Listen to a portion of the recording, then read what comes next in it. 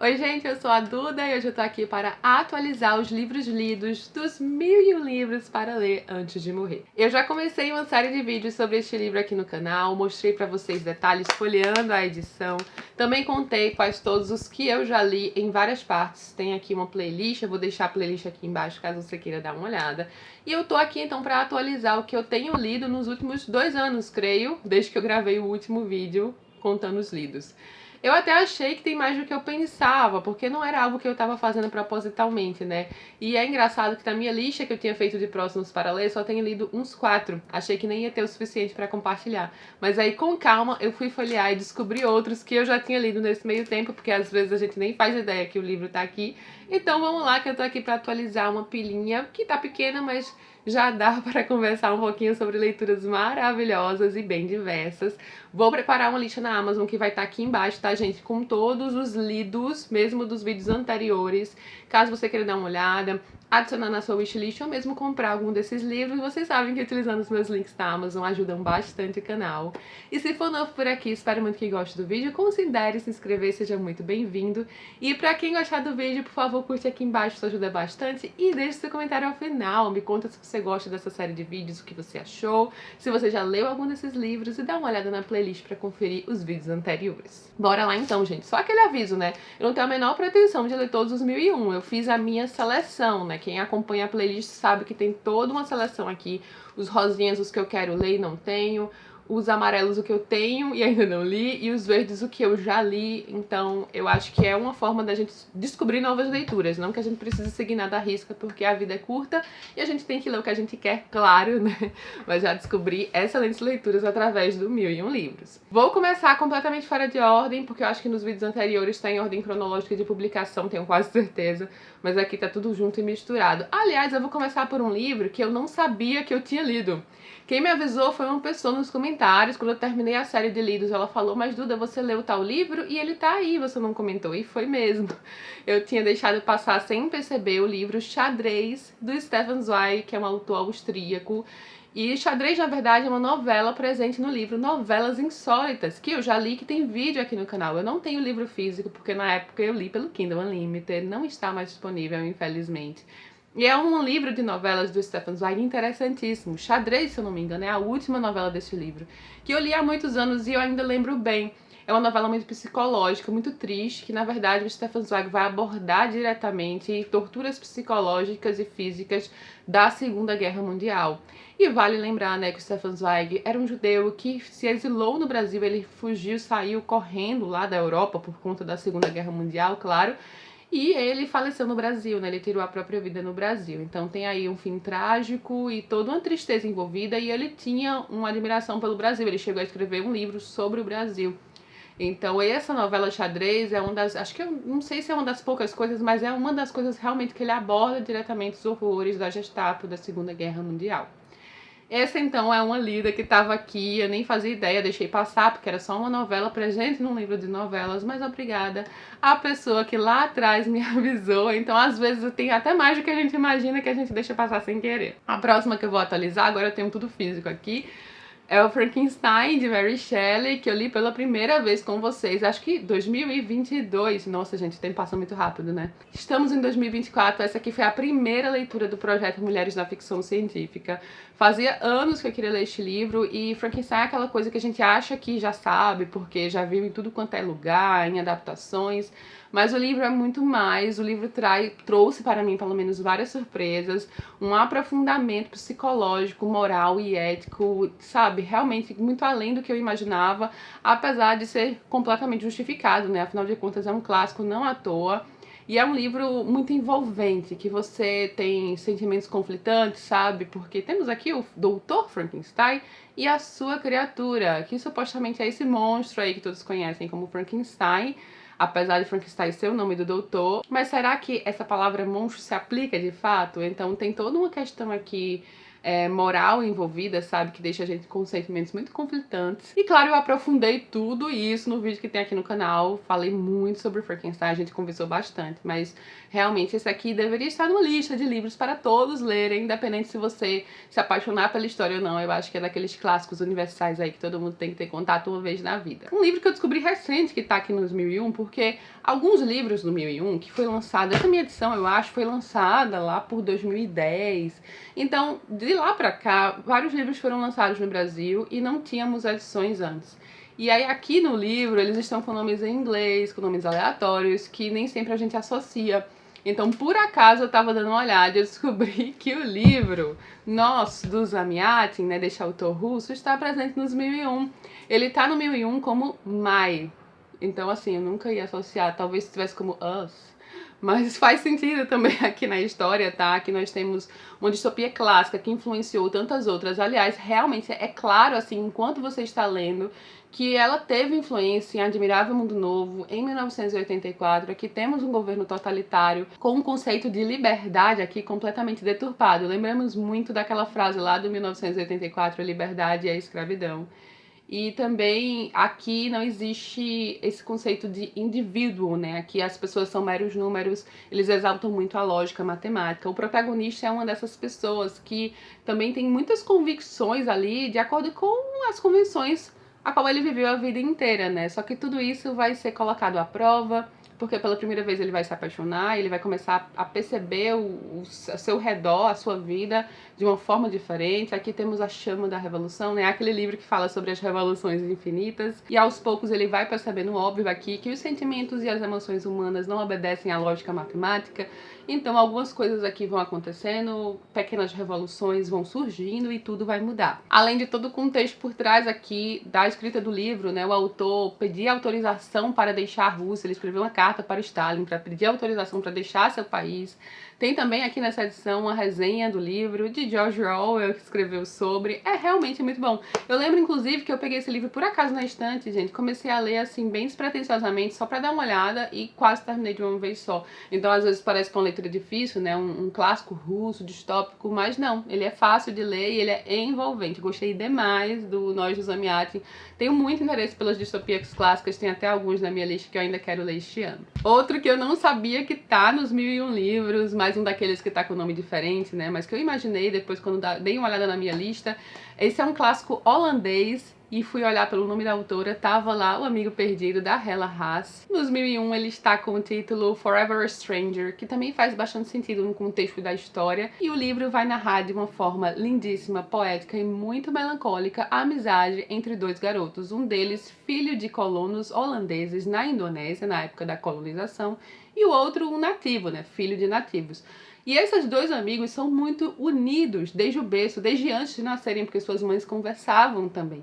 E eles cresceram juntos, tiveram todas aquelas primeiras experiências juntas, mas claro que muita coisa os separa.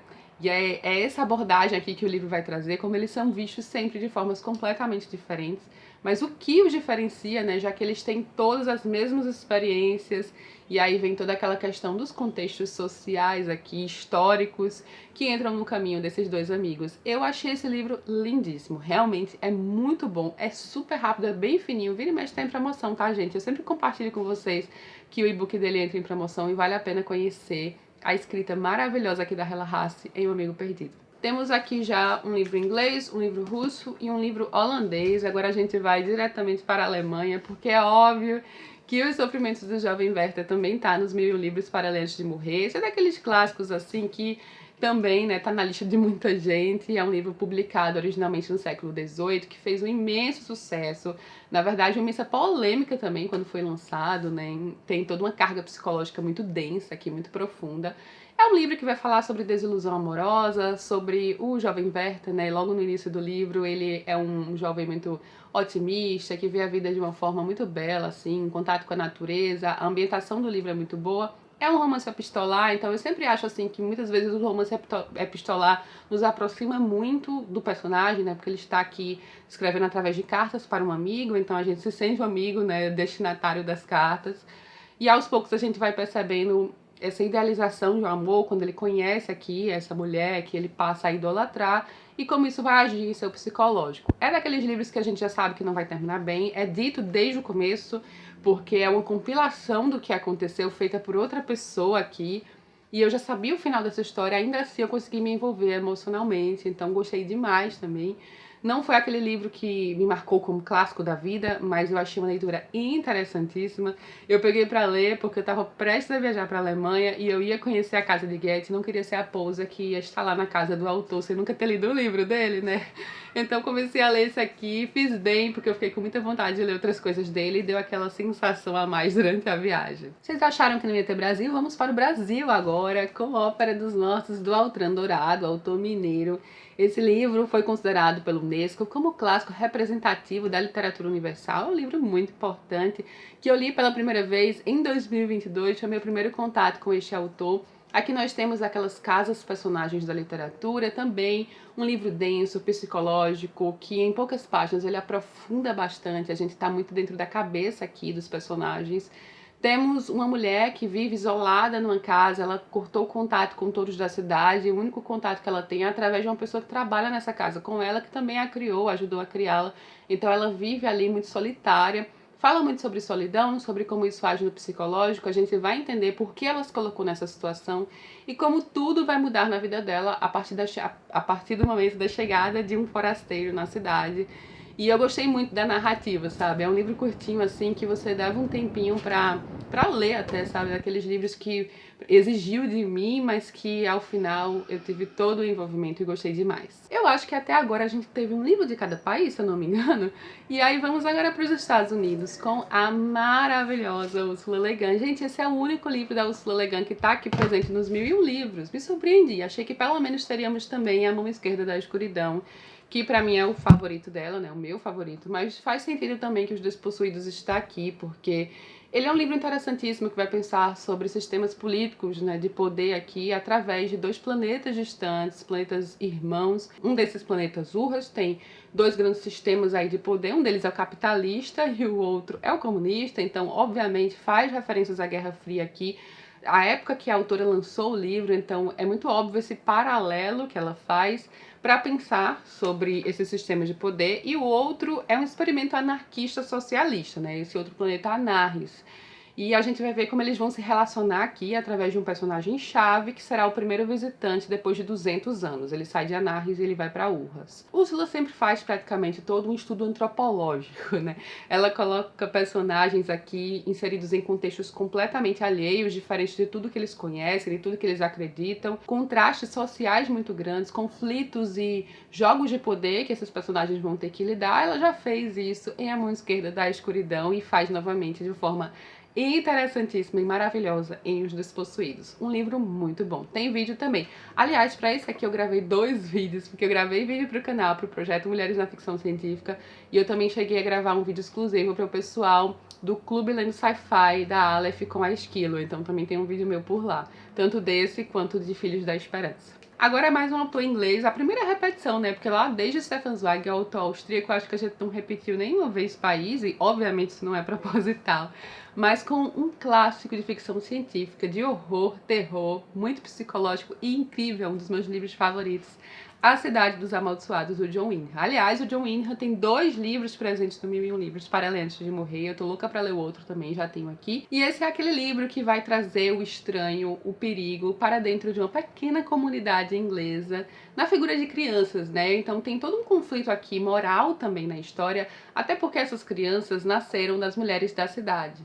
Obviamente, de uma forma não natural, houve aqui um apagão, todo mundo meio que desmaiou nessa cidade por um dia, por alguns momentos, e todas as mulheres em idade férteis na cidade engravidaram. Então, todos sabem que não foi algo natural, não foi algo comum, mas eles meio que deixam isso por baixo dos panos ali, as mulheres têm seus filhos e todas essas crianças são muito parecidas. E, obviamente, elas vão ter algumas habilidades especiais aí com o passar dos anos. Então, existe aqui a questão da maternidade, o laço que essas mulheres e as pessoas da cidade acabam sentindo com as crianças, ao mesmo tempo o medo envolvido, porque essas crianças não são exatamente normais, seres humanos normais. E aí entra toda uma questão científica aqui, especialmente através da figura de um personagem de tentar entender o que está acontecendo, de contextualizar, de colocar teorias e pensar de forma ética e moral sobre essa coisa aqui. Essas crianças são inimigos, elas podem ser eliminadas, o que está envolvido aqui é algo muito maior, né? Digamos, o futuro da humanidade, talvez. Será que isso está acontecendo também em outros locais? Então tem todo um suspense aqui, toda uma questão psicológica forte. Gosto demais desse livro, gosto da forma como o autor aborda essas questões.